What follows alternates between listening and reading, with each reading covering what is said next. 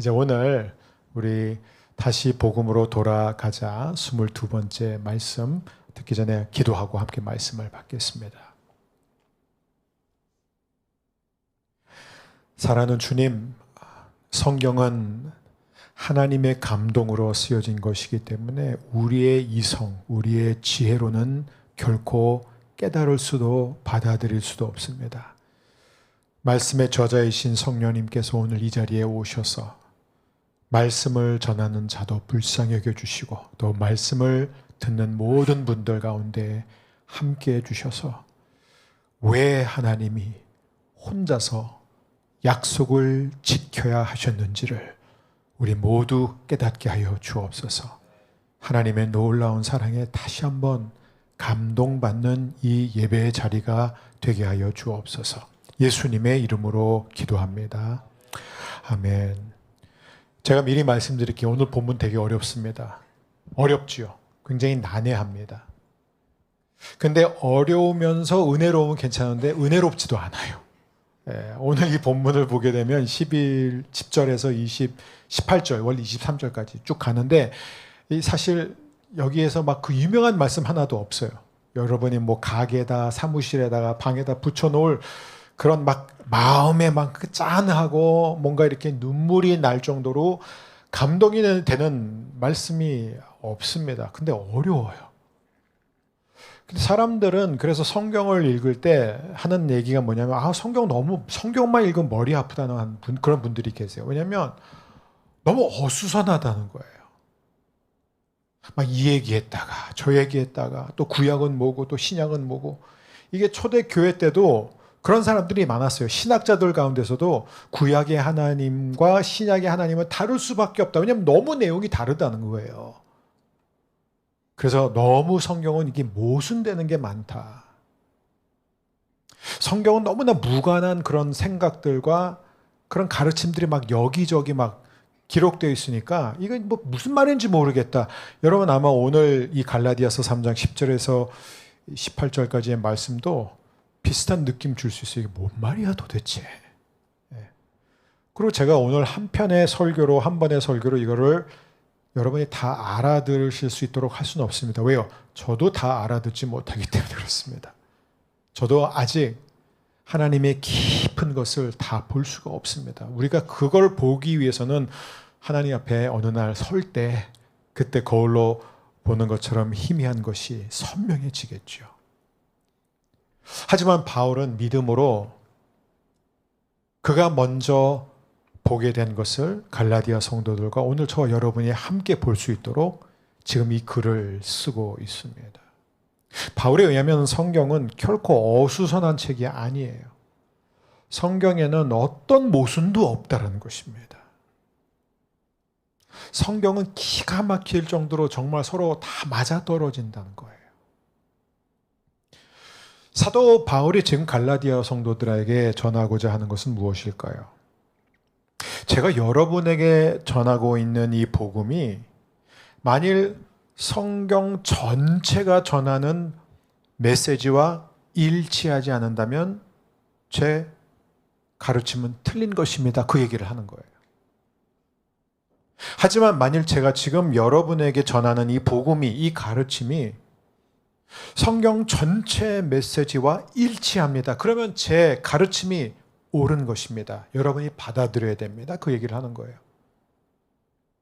바꿔 말하면은 만일 유대 율법주의자들이 여러분에게 한 그 가르침이 성경 전체 메시지와 일치한다면 그들의 가르침을 따라야 됩니다. 하지만 만일 그들이 여러분에게 전한 그 다른 복음이 복음도 아닌 그 다른 복음이 성경 전체의 메시지와 일치하지 않는다면 여러분 절대 그걸 받아들여서는 안 됩니다. 지금 그 얘기를 하는 겁니다. 자, 오늘 이 배경을 간단히 말씀드리면 우리가 잘 아는 것처럼 사도 바울이 지금 갈라디아 지방에 있는 여러 흩어져 있는 교회들을 향해 이 편지를 쓰고 있습니다. 그 교회들은 다 사도 바울이 직접 가서 개척한 교회들이었습니다. 사도 바울은 그들에게 복음을 전했어요. 근데 사도 바울이 떠난 후에 몇 년이 지났는지는 모르겠지만 예루살렘에서 온 거짓 교사들, 율법을 지지하는 이 유대 율법주의자들이 갈라디아 교회 성도들에게 뭘 가르쳤냐면 이렇게 가르쳤습니다. 예수를 믿어야 됩니다. 좋아요. 예수를 믿어라. 그 다음에 두 번째는 뭐냐면은 띄워주세요. 그리고 하나님의 율법을 지켜라. 그리고 세 번째, 그러면 구원을 받을 것이다. 그러니까 그들의 그렇게 가르침은 뭐예요? 믿음, 그 다음에 순종. 이 믿음과 순종이 결합될 때 구원이라는 것이 발생한다는 거예요. 사도 바울은 이것은 복음도 아니요 가짜라고 말하고 있습니다. 성경 전체의 메시지와 전혀 일치하지 않고 오히려 모순된다고 가르치고 있는 거예요. 사도 바울의 가르침은 무엇입니까? 첫 번째, 저를 따라 하십시오. 예수님을 믿어라. 두 번째, 그러면 구원을 얻는다. 그 다음에 세 번째, 그 결과로 율법에 순종하게 된다. 그러니까 사도 바울의 가르침을 종합하면은 믿음과 구원은 동시에 발생하고 그리고 이 둘이 결합할 때 그 결과가 바로 순종이라는 것입니다. 자, 얼핏 보면 그냥 첫 번째는 똑같고 두 번째, 세 번째만 살짝 바뀐 거니까 이건 강조의 차이점 아닌가? 이건 약간 교리의 그런 차이점이 아닌가? 이건 약간 기독교 안에 좀 다른 흐름, 다른 분파가 아닌가 생각할 수 있지만 아니라는 것이에요. 전혀 다른 종교다라고 사도 바울이 지금 못을 박는 거예요. 이거는 기독교가 아니다. 왜냐하면 겉으로 볼 때는 똑같이 교회를 다니고 똑같이 예수를 믿고 똑같이 율법도 행하는데 동기가 전혀 다르다는 거예요. 그렇기 때문에 삶도 완전히 다를 수밖에 없다는 것입니다. 그렇기 때문에 이것은 비슷한 종교도 아니고 전혀 다른 종교다. 하나는 가짜고 하나만이 진리다. 저는 우리 허브의 모든 성도님들이 예수 그리스도를 믿고 구원받음으로 말미암아 하나님께 순종하는 삶을 살게 되기를 축복합니다. 이것만이 진리라는 것이에요. 그래서 사도 바울은 어떻게 하면 우리의 삶 전체가 달라질 수 있을까? 어떻게 하면 결국 우리가 나중에 갈라디아서 5장에서 보게 되지만 우리의 삶이 성령의 열매가 드러나는 삶이 될 수 있을까? 그것을 이제 갈라디아 교회 성도들에게 가르치기 위해서 가장 먼저 던지는 질문이 율법이 무엇이냐라는 질문이에요. 오늘 이 본문의 핵심 질문이 율법이 무엇이냐라는 질문입니다. 그러니까 사도 바울이 말하고자 하는 것은 성경에는 어떠한 모순도 없습니다. 성경의 모든 가르침은 다 일치합니다. 그래서 성경이야말로 정말 일관성과 통일성에 있어서 흠이 없는 책이란 것을 전하고자 했던 것이에요. 그렇다면은 만일 우리가 율법과 복음이 충돌하는 것처럼 느낀다면, 그래서 구약에서 주신 하나님의 말씀과 신약에서 예수님이 주신 가르침이 서로 뭔가 모순이 되고 안 맞는다라고 생각된다면 그 이유는 하나라는 거예요. 율법을 제대로 이해하지 못했기 때문이다.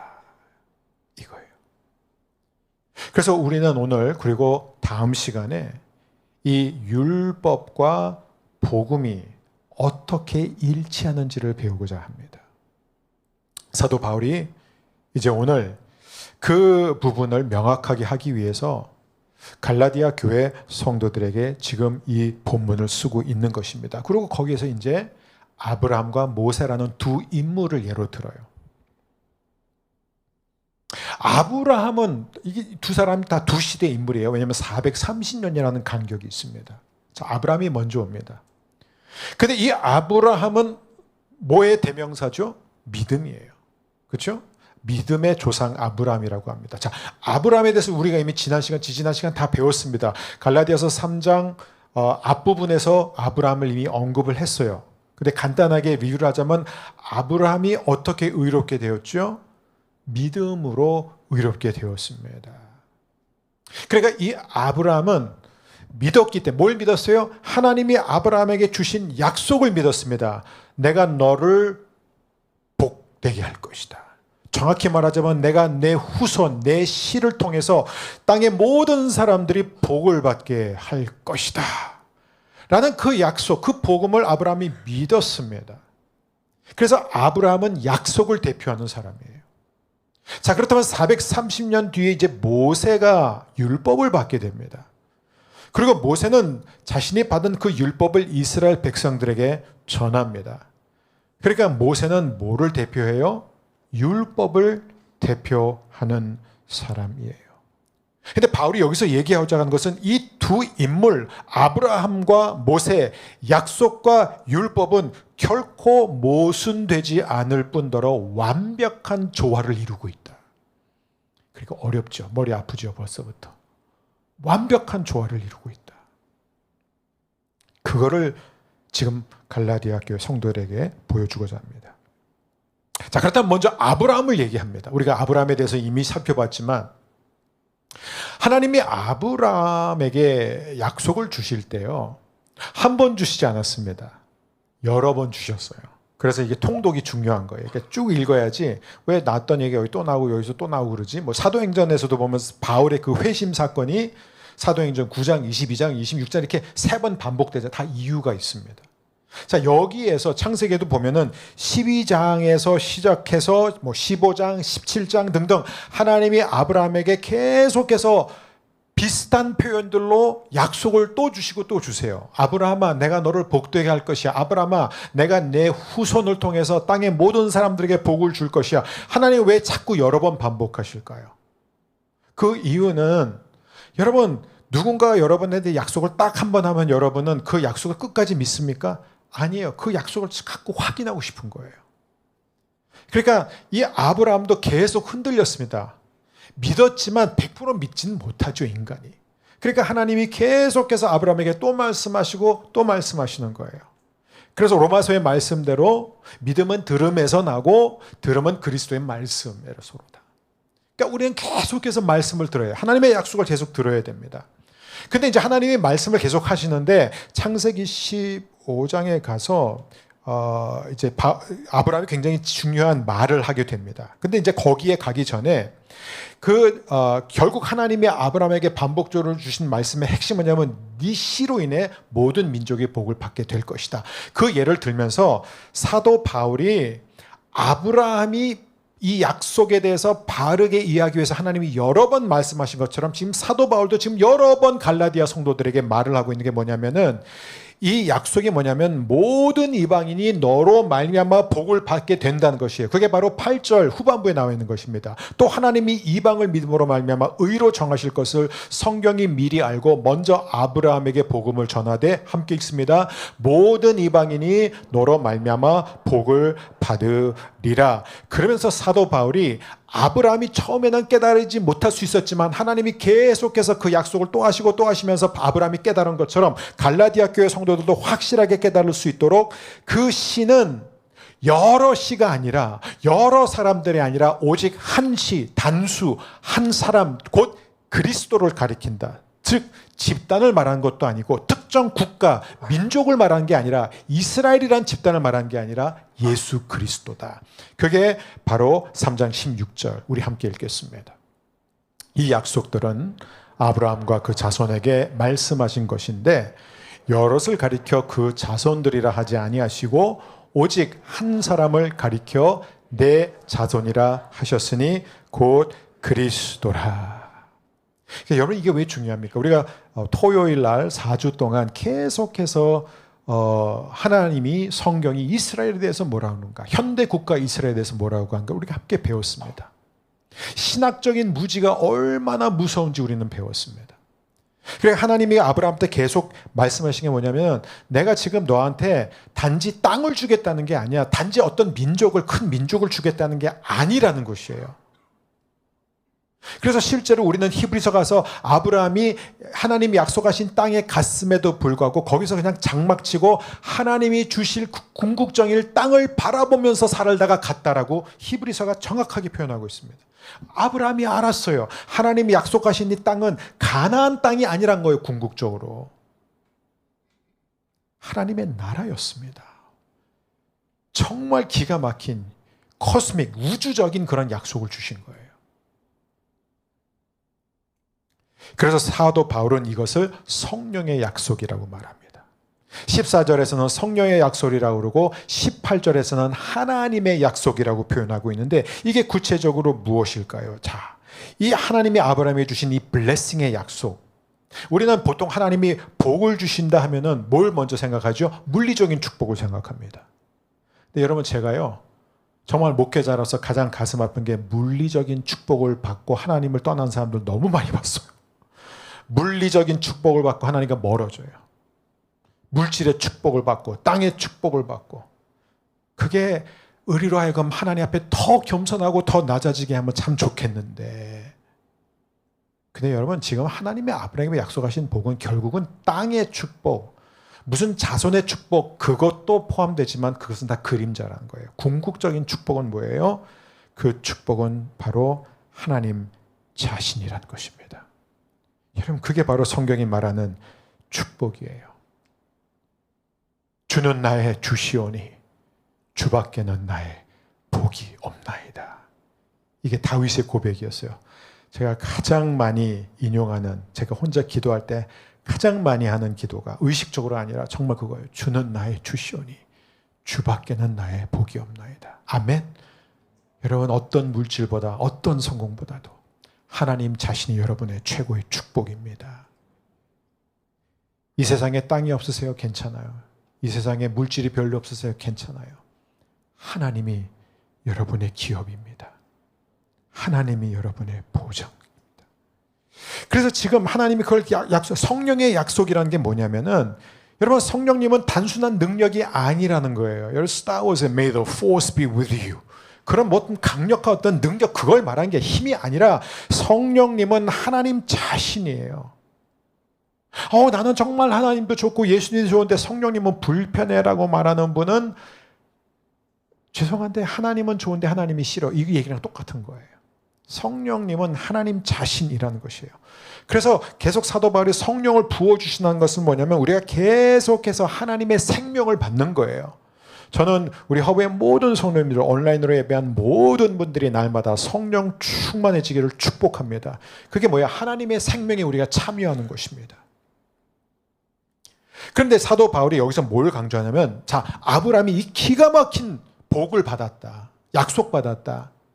근데 이 복을 어떻게 받았느냐를 한번 생각해 보자 하니까 뭐예요? 믿음으로 받았다는 걸 계속 강조하는 거예요. 18절 말씀 우리 함께 읽겠습니다. 18절입니다. 만일 그 유업이 율법에서 난 것이면 약속에서 난 것이 아니니라. 그러나 하나님이 약속으로 말미암아 아브라함에게 주신 것이라. 여기서 우리에게 가장 먼저 눈에 띄는 게 율법과 약속이라는 거예요. 사도 바울은 여기서 무엇을 강조하고 있냐면은 이 갈라디아 성도들은 그걸 이해해요. 계약을 맺을 때 계약을 맺는 이제 방식이 있습니다. 하나는 약속에 근거한 계약이고 또 하나는 법에 근거한 율법에 근거한 계약이라는 것이죠. 그런데 이 둘은 확연하게 차이가 있다는 것이에요. 여러분 예를 들어서 저희 부모님이 저 어렸을 때 여러분도 어렸을 때 그런 경험 있어요. 우리 다음 주에 바닷가 간다? 우리 다음 주에 놀이공원 간다? 라고 하면은 여러분 얼마나 기대가 막 부풀게 되고 막 그래서 한 주 내내 너무 학교 생활이 즐거워져요. 그렇죠? 그래서 막 미리 막 바다 가서 놀 것도 막 준비해. 우리 아이들 키우면서 그거 아이들 보잖아요. 예이 하면서 막 그냥 들떠 있어가지고 막 이번에도 캄보디아 갔다 오는데 막 어떤 아이가 엄마 아빠가 비행기 야 드디어 비행기 탄다 야호 하면서 너무 신나하는 거예요. 그렇죠? 그러니까 좋아하는 거예요. 자 그러면은 그 아이가 좋아하고 기뻐할 수 있는 근거가 뭐예요? 엄마 아빠 그 약속을 한 사람의 말을 믿는 거예요. 엄마 아빠가 그런 말을 할 때마다 안 지켰다 그러면 못 믿는 거지요. 그죠? 뭐 예를 들어서 제가 여러분한테 여러분 의자 밑에 보시면 1,000만 원짜리 수표가 있습니다. 가져가세요. 이거 제가 아무도 안 보실 줄 알았어요. 그래서 일부 예배 때 한 분은 이렇게 보시더라고요. 근데 제가 일부 예배 때 1억이라고 그랬거든요. 네. 제가 그러니까 안 돼요. 만약에 GD가 그 말했으면 여러분 다 보실걸요? 네? 그러니까 약속이 중요한 거면 약속한 사람이 누구냐가 중요하다는 거예요. 근데 만일 부모님이 야 우리 다음 주에 바닷가 갈 수 있는데 너가 이번에 시험 100점 맞아야 돼. 그거는 약속이 아니라 그거는 법에 근거한 율법에 근거한 계약입니다. 그게 뭐예요? 그 일주일이 저한테는 즐거운 기다림이 아니 지옥과 같을 거예요. 나 시험 100점 못 맞으면 어떡하지? 나 꼭 100점 맞아야지만 바닷가 갈 수 있는데. 공부를 열심히 할 수는 있겠죠. 그러나 공부를 한 동기가 다릅니다. 제가 여러분한테 아까 여러분 아무도 속지 않았지만 여러분 의자 밑에 1,000만 원 있으면 여러분이 오늘부터 다음 주 토요일까지 매일 9시부터 6시까지 교회 나와서 교회를 청소하고 나서 제가 토요일날 오후에 와서 교회 모든 구석구석이 깨끗한 것이 확인이 되면 그때 1,000만 원을 드리겠습니다 하는 것은 그것은 약속이 아니라 그것은 율법, 그것은 법에 근거한 계약이라는 거예요. 다시 말하면 조건부라는 거예요. 여러분이 그 조건을 충족시켜야지 여러분이 제가 요구한 것을 그대로 해야만 받을 수 있는 것이 이게 바로 지금 사도 바울이 말하고자 하는 약속과 율법의 차이점이라는 것입니다. 약속은 약속한 사람에게 모든 것이 달려있는 반면 조건부 계약은 그것을 내가 얼마큼 지켜내느냐, 즉 행위와 순종이 요구된다는 거예요. 근데 이 둘은 절대로 섞일 수 없어요. 왜요? 섞이는 순간, 즉 99대 1로라도 섞이는 순간 그것은 율법이지 그것은 은혜가 될 수 없다는 것입니다. 자, 그러면서 사도 바울이 우리에게 강조하는 것, 갈라디아 성도들에게 강조하는 것은 무엇이냐면은 하나님이 우리에게 주신 구원, 하나님이 우리에게 주시는 모든 은혜와 축복은 아브라함을 통해서 우리가 볼 수 있지만 약속이었지 율법이 아니었다는 거예요. 율법으로 받은 게 아니라는 것이에요. 일방적인 약속이었다는 것입니다. 그래서 그것을 명확하기 위해서 창세기 15장으로 가게 됩니다. 창세기 15장에 있었던 아브라함의 그 사건을 지금 사도 바울이 얘기를 하는 거예요. 근데 여러분 보세요. 제가 이미 아브라함과 하나님과 맺었던 이 계약에 대해서 1, 2년 전인지 2, 3년 전인지 하여간 제가 전에 여러분과 나눈 적이 있습니다. 그런데 여러분이 만약에 이게 다 새롭다 하면은 여러분은 새 가족이신 거예요. 자, 근데 이제 창세기 15장에 어떤 일이 있냐면 하나님이 계속 아브라함한테 아브라함아 내가 너한테 복을 줄 거야. 아브라함아 내가 내 후손을 통해서 모든 사람에게 복을 줄 거야. 말씀하니까 아브라함이 이제 15장에서 뭐라냐? 하나님, 근데 제가 어떻게 그걸 알 수 있지요? 드디어 솔직하게 질문을 던집니다. 여러분, 우리도 그렇지 않습니까? 하나님 우리에게 말씀을 주시고 약속을 주셨다고 믿는데 하나님 그걸 제가 어떻게 할 수 있죠? 이게 정말 하나님이 해주실지 제가 어떻게 확인할 수 있죠? 아브라함도 똑같은 궁금증이 처음부터 믿어진 건 아니에요. 하나님이 계속 말씀하시니까 점점 믿음이 생기면서 그 믿음이 어느 정도 차니까 하나님 앞에 제가 어떻게 할 수 있을까요? 라는 질문을 던집니다. 그때 하나님이 아브라함에게 동물들을 이제 우리가 구체적으로 뭐 어떤 동물까지는 다 알 필요 없고 동물들을 가져와서 반으로 쪼개가지고 양쪽에다 놓고 길을 만들라고 합니다. 자, 근데 아브라함은 지금 이거에 대해서 너무 잘 알아요. 왜냐하면 고대 근동 지방에서 계약을 맺을 때 언제나 취했던 계약의 방식입니다. 이 방식밖에 없어요. 오늘은 우리가 뭐 증인들 앞에서 서명을 하잖아요. 근데 그때는 반드시 이 쪼개진 짐승들 사이로 지나가는 것이 바로 계약을 맺는 방식이었던 것이죠. 그런데 여기서 제가 전에 이제 두란노에서 제가 온누리교회에 있었을 때 이제 그 두란노에서 하는 결혼 예비 학교에 제가 이제 강의를 많이 했었는데 그때 제가 항상 이 결혼을 앞둔 분들한테 겁을 줬어요. 그게 뭐냐면 이 성경이 말하는 이 결혼 계약이 바로 이런 조건부 계약입니다. 무슨 얘기냐면 남편과 아내가 함께 쪼개진 짐승 사이로 통과하는 게 결혼이고 둘 중에서 한 사람이 지키지 못하면 이 짐승처럼 쪼개질지어다 이 얘기거든요. 그러니까 제가 그때 항상 결혼은 목숨 걸고 하라고. 내 몸이 정말 두 동강에 나고 갈기갈기 찢겨질 마음, 그 자신, 정말 그거를 내가 정말 목숨처럼 이 결혼을 지키겠다. 이 마음이 여러분 되게 무시무시하지만 결혼은 그렇게 진지한 거예요. 쉽게 해서 안 맞으면 헤어지고 힘들면 헤어지고 그게 아니라는 것이에요.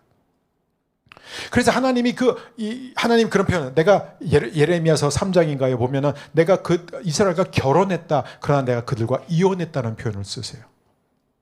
왜 이혼하셨을까요? 이 예레미야서 34장에 보면은 그게 나와 있습니다. 18절부터 우리가 함께 읽을까요? 18절입니다.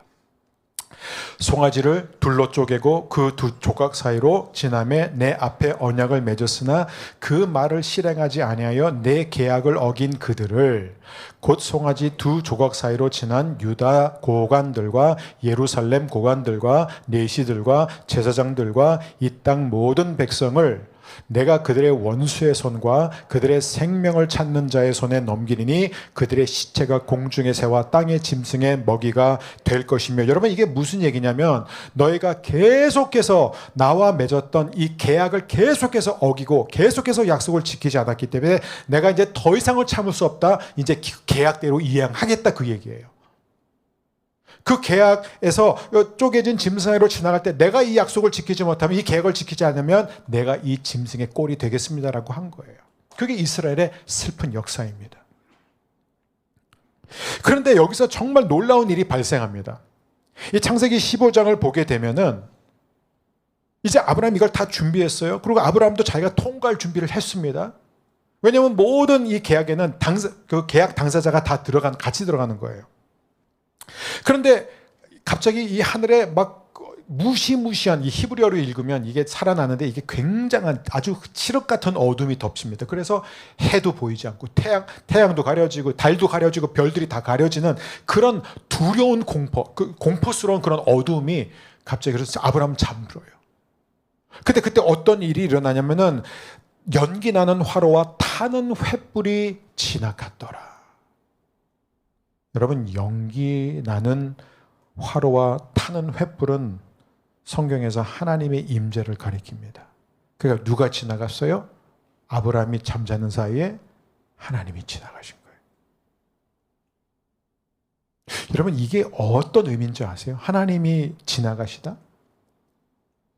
그 당시에 이런 쪼개진 짐승 사이로 둘 다 지나가야 되는데 한 사람만 지나가는 경우는 오직 한 경우였어요. 그게 뭐냐면 전쟁을 했는데 승리한 왕이 패배한 왕에게 너 나한테 충성 맹세, 내가 시키는 대로 해, 너는 내 종이야, 나를 섬기면서 살아, 그러면서 짐승을 쪼개서 그 패배한 왕으로 그 짐승 사이를 통과하겠습니다. 그래서 너 나한테 충성하지 않으면 너 이 꼴 당할 거야 했지만 승리한 왕은 절대로 지나가지 않았어요. 왜요? 내가 왜 지나가? 내가 정복했는데. 내가 얘한테 뭘 약속해? 내가 이들한테 뭘 약속할 필요가 있어? 난 요구만 할 거야. 그런 경우에만 혼자 지나갔어요. 여러분, 진짜 놀라운 게 뭔지 아세요? 하나님이 지나가셨다는 것은 한 신학자의 표현을 빌리자면 하나님의 영원 불변성이 변할 수 있게 되었다는 거예요. 이건 엄청난 사건입니다. 영원부터 살아계신 그 하나님이 죽을 수 있게 되었다는 거예요.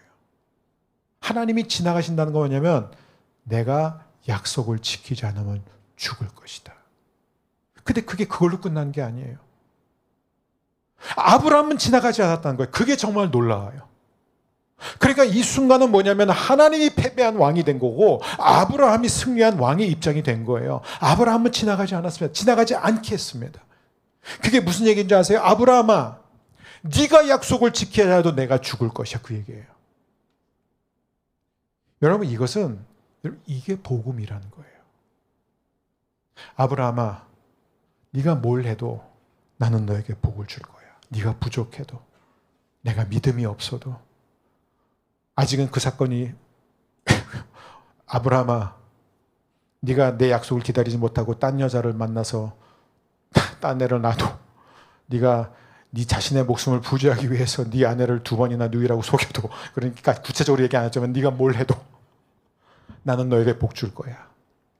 나는 반드시 너와 함께 할 것이고 내 후손을 통해서 모든 사람을 구원할 것이야. 나는 모든 사람이 네 씨를 통해서 복을 받게 할 것이야. 내가 죽는 한이 있어도 난 그렇게 할 거야.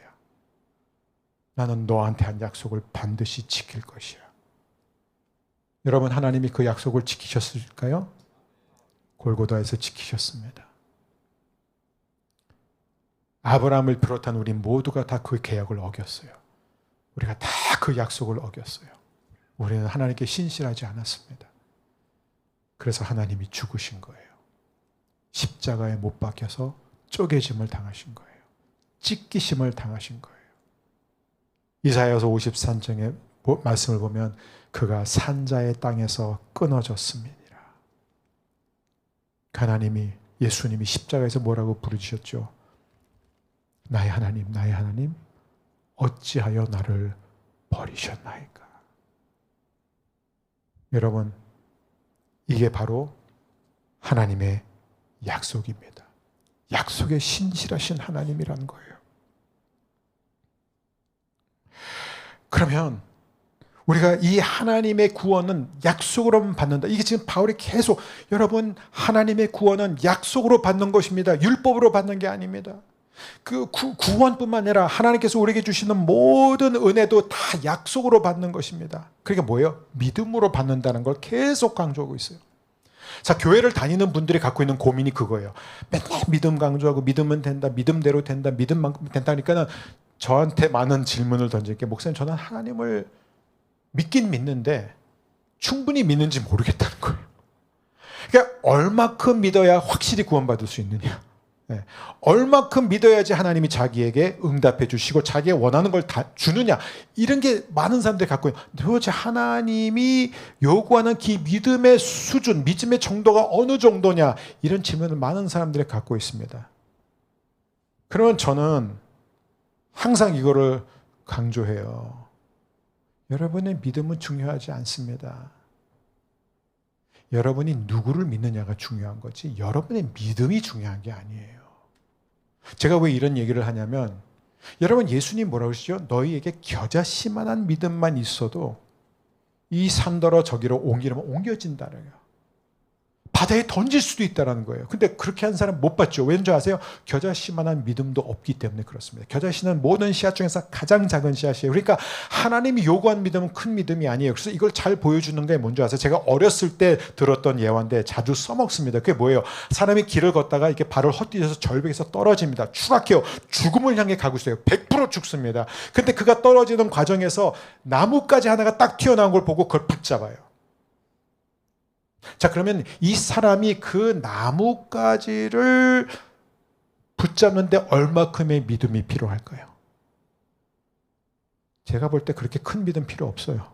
지금 죽음을 향해 떨어지고 있는데, 물에 빠져가고 있는데 뭐라도 붙잡고 싶은 게 인간의 본성 아닙니까? 붙잡아요. 그 정도의 믿음만 있으면 된다는 거예요. 중요한 건 내가 얼마큼 믿음이 있느냐가 아니라 그 나뭇가지가 얼마큼 튼튼하냐 이거예요.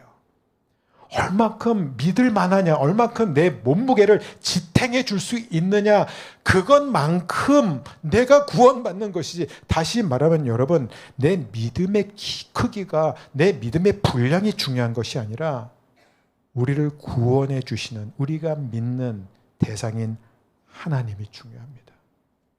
근데 우리가 방금 배우지 않았습니까? 하나님이 얼마나 신실하신 분이에요. 내가 죽는 한이 있어도 나는 너를 복되게 할 것이고 너를 구원할 것이다. 나는 반드시 너와 함께 할 것이다. 여러분, 아멘. 이거 큰 믿음 필요 없습니다. 작은 믿음이어도 우리가 믿는 그 하나님이 신실한 분이기 때문에. 그래서 오늘 이 설교를 마무리해서 가장 중요한 적용이 무엇인 줄 아세요? 여러분, 우리는 개혁주의 신학을 믿습니다. 개혁주의 신학의 아버지가 바로 존 칼빈이고, 그 다음에 미국에서 이제 조나단 에드워즈가 그를 발전시켰습니다. 이제 개혁주의 신학, 존 칼빈과 에드워즈가 굉장히 강조했던 그 신학 가운데 하나가 뭐냐면은, 인간은 자신의 구원에 기여할 수 있는 게 하나도 없다는 거예요.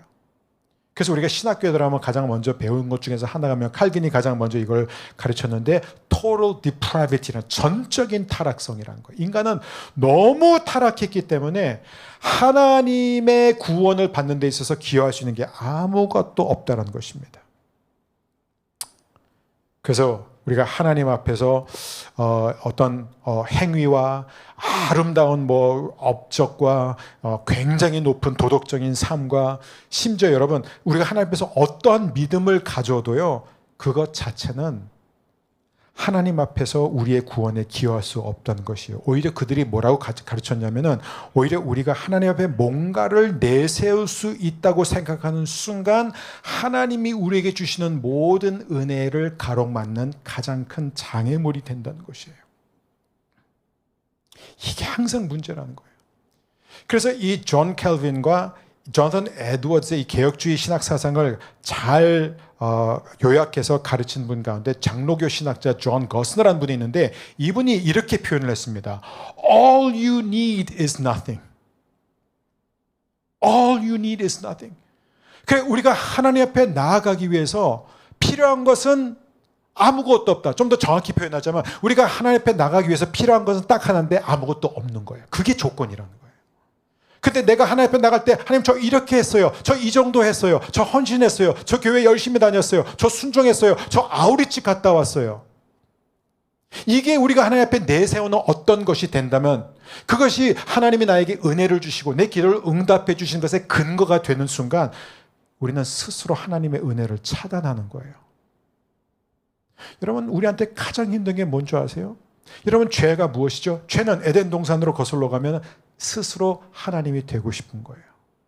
아담과 하와가 왜 선악과를 따먹었습니까? 하나님처럼 되고 싶었기 때문에. 그래서 하나님처럼 되고 싶은 그 타락한 본성 때문에 우리가 아무것도 아니라는 것, 아무것도 없는 상태가 되는 게요 가장 힘든 거예요.